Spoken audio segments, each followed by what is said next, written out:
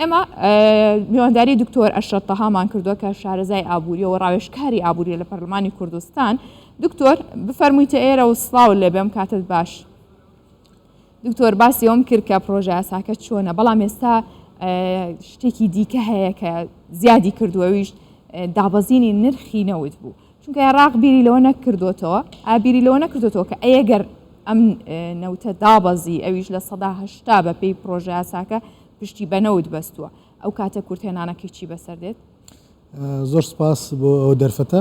حەزەکەم لە دەقەیەکەم دۆخی ئابووری جیهان بخەمە بەر پێشچاوی بینەران تاکو بزانم مەترسیەکان لەکوێوە دێت. لە ساڵی 2019 ئابووری جیهان مەترسی ئەوەی لەسەر بوو کە بەرەو پوکانەوە بڕوات، بەڵام بەداخەوە پێشبینیەکان خراپتر دەرکەوتن، چونکە لە ساڵ 2020 بەتای کۆرۆنە بڵاو بوو کە لە 100 ساڵی ڕابردوو هاوشێوەی نەبوو، ئەو شای کرد ئابووری جیهانی بەتەواوی پەچی کەوت و تریلیۆنات دۆلار زیان لە ئابووری جیهانی کەوت، بە تایبەتی لە سەکتەری گەشت و گوزار و فڕۆکەوانی.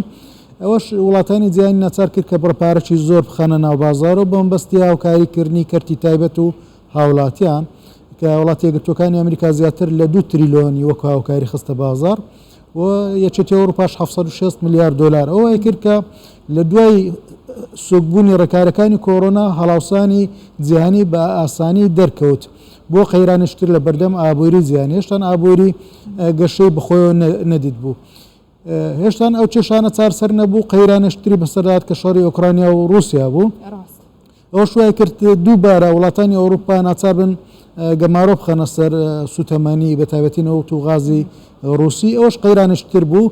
ئەوەش لەبیر نەکەین کە گۆڕانی کەشوهەوە فشارەکانی گۆڕانی کەشوهەوە ڕۆیشتن بەرە وزەی پاک دیسان فشارشتر بوو لەسەر ئابووری جیهانی و تاکو ئێستاش چین کە دووەم ئابووری جیهانە لە دوای وڵاتی یەکگرتووەکانی ئەمریکا و یەکەم کڕیاری نەوتە لەسەر ئاستی جیهان، چونکە چین نەوتی ناوخۆی نییە، تاکو ئێستا ڕێکارەکانی بەتەواوی لا نەبردی. ئەوانە هەم فشارن لە بەردەم ئابووری جیهانی کە و ئابووری دەخوێندرێتەوە کە لە ماوەی داهاتوو دۆخەکە ئاسان نابێت. و لە هەفتەی ڕابردوو باشە لە باگراوند ئەمەی کە باسیەکەی لە جیهان چی دەگوزارێت؟ پێ دوایە ئەو 70 دلاری کە دیاری کراوە بۆ هەر بەرمیلێک نەوت دەبوو چەند بواە؟ ئەمیستەوە بخەمەڕوو کە ئەو ڕقەمە عملی نییە و قەیرانی رووسیا ئۆکرانیا لە ساڵی ڕابردوو ڕێگر بووە لەوەی کە نرخی نەوت دابەزێگەرنە لە ڕاستیدا ئێستا لە خوارەوەی 70 دلار دەبوو. پێشبینی دەکرێت لە لەوان 6 تا 65 دلار بی لە ماوەی داهاتوو و باردۆخی جیهانیش یەکلای دەکات و چکە لەبیر نەکەین هەفتەی ڕابردوو یەک لە گەورەترین 20 بانقی ئەمریکا دارما بەسەبەبی فشارەکانی بەرزکردنەوەی نرخی سوو و هەفتە چینەخاند بانقی دووەمیش ئیفلاسی کرد. ئەمریکا ناچار بوو کە دووبارە بڕپارێکی زۆر 154 میلیارد دلار هاوکاری بانقەکان بکات تاکو ئەو زنجیرە هەرسێنانەی سەکتەری بانقی بەردەوام نەبی. هەموو ئەوانەیە کە باسمان کرد هۆکارن و فشارن لە سەردابەزینی نرخی نەوت و بەداخەوە عێراق بەشی گەورەی بودجەکەی پشت بە نەوت دەبستێەوەش مەترسێکی گەورەیە نەکار لەسەر بودجە بەڵکو لەسەر بژێوی ئابووری عێراق بە شێوەیەکی گشتی، چونکە لە عێراق لە 41 ملیۆن کەس زیاتر لە 10 ملیۆن کەس موچەخۆری حکومەتە. تەنها لە چەند مانجی ڕابردووی تەمەنی حکومەتە وان نزیک دەبێتەوە لەوەی 1 ملیۆن کەس دابمەزرێنێ. ئەو فشارانە حکومەت و بودجەی عێراق ناتوانێت بەرگێ بگری لە ماوەی داهاتوو. دکتۆر ئەم بودجەیە یاخو بڵێن ئەم هەویرە ئاوی زۆر کێشە تا هاتە پەرلەمان. ئێستا پێ دوایە ئەوەنە بە ئاسانی لە پەرلەمان تێپەڕێنرێت لە کاتێکا کە ئاوا نرخینەوەی دابەزێەوە تۆش ئاماژە بەوەی کە ئەم حکومەتە لە هەوڵی ئەوەدایە کە ملیۆنێک کەس دامەزرێنێ بە هەموو ئەمانەوە هەویرەکە ئاوی زیاتر ناکێشێت. ئەو یەک لە قەیرانەکانی تری عێراقە لەبەرەوەی دی دووڕوویەک نییە کە حکومەت و پەرلەمان لەسەر ڕێکەون پۆپۆلیستی بوویتە حاکم لە عێراقدا. حکومەت کە بەرنامەیەکی سادە دادنێ نەک بەرنامەیەکی استراتیجی پەرلەمانی بتە ڕێگر لە بەردەم جێبەجێکردنی بەداخۆش لەسەر هەرێمی کوردستان و کانەما هەرێمی کوردستان بەشی گەورەی بودجەی عێراقی بردیە و هەرێمی کوردستان بوویتە ڕێگر لە بەردەم پێشکەوتنی ئابووری عێراق. لەبەرەوەی هێشتا مەترسی ئەومە پەرلەمان ببیتە ڕێگریان بودجەکە بشێوێنێت کە بە شێوە باشە ئەوان ئەگەر وا بڵێن تۆ پێت وایە کە و 112 بەشی ئەماکات یاخود هەرێمی کوردستانی پێبژێنرێت هێشتا ئەوانیش قسەی لەسەر بکەن؟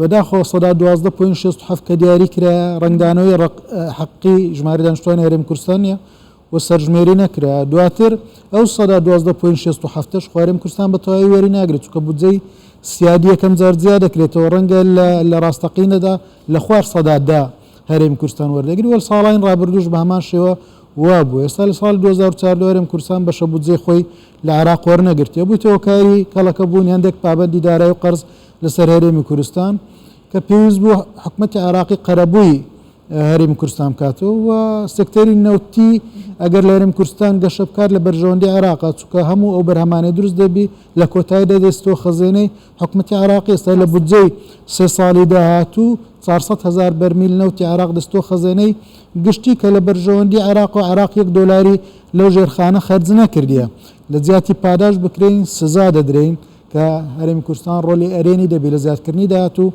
زیادکردنی بەرهەمی نەوتی. باشە دکتۆر بۆ پێی بەڕێستان وەکو ڕاوێژکاری پەرلەمان لە لیژنەی دارایی ئێوە یاخود چۆن ڕاوێژتان کردووە لەسەرەوەی کە پرۆژە یاسای بودجەی هەرێمی کوردستان بچێتە بواری جێبەجێکردن چی بۆ بکرێت چۆن دادەڕێژرێتەوە؟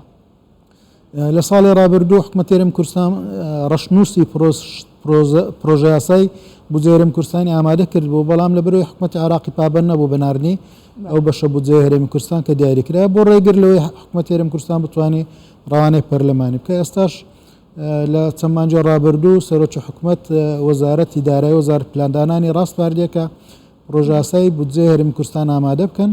ڕەشنووسەکە ئامادەیە تەنها لەسەرەوەمایە کە پشتی هەرێمی کوردستان لە بەغداد جێگیر بکرێت و لە دوای دەنگدانی ڕاستەوخۆ حکومەتی هەرێمی کوردستان دەتوانێت بە ماوەچکەم پرۆژە یاسای بودجەی ساڵی 2023 بنێرتە پەرلەمان دوای دابڕان زیاتر لە 9 ساڵ.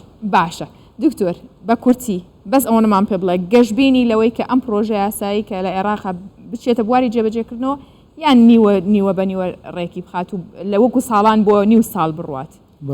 سەرەتای پێکەنانی حکومەت بناکەی ئەوەیە ڕێکەوتن کرا لە نێوان هەموو لایەنەکانی کوردی و سونی و شیعیش کە دۆخی عێراق لە ڕووی سیاسیەوە بەرەو سەقامگیری بن و لە بەرژەوەندی حزب حاکمەکانی عێراق شەکە ئەو پەیوەندی بەباشی بمێنێتەوە چونکە لە هەڵبژاردننی داهاتوە گەر کورد پشتگیری حکومەت نەکات ناتوانێت بەردەوامبی لە بەرەوە گەشتبینین ڕەنگە 100% جێبەجێ نەکرێت بەڵام تا ئاستێکی باش هیوادارین جێبەجێ بکرێت. زۆر سپاس دکتۆر ئەرشەد تەها سپاس کە لەگەڵمان بووی وەکو سپۆڕی ئابووری زۆر سپاس.